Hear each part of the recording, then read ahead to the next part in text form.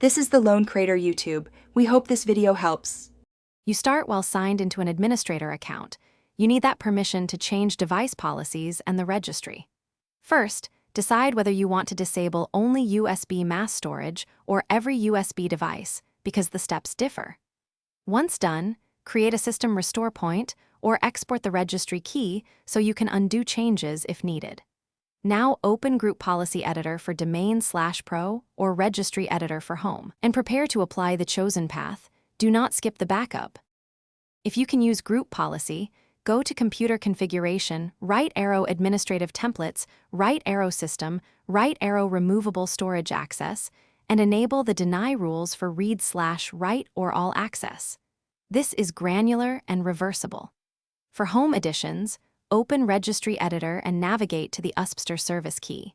Change the start value to 4 to stop the driver. You may also modify the Device Installation Restrictions policy to block new USB devices.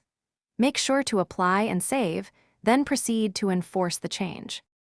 After changing policy or registry, reboot the PC or restart the plug-and-play service so the operating system unloads USB storage drivers.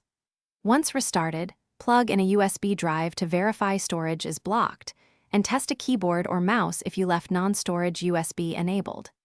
If the block didn't take, check Group Policy Precedents, local versus domain, ensure the registry key had correct permissions, and confirm you set start equals 4 on USPSTR. If needed, reinstall.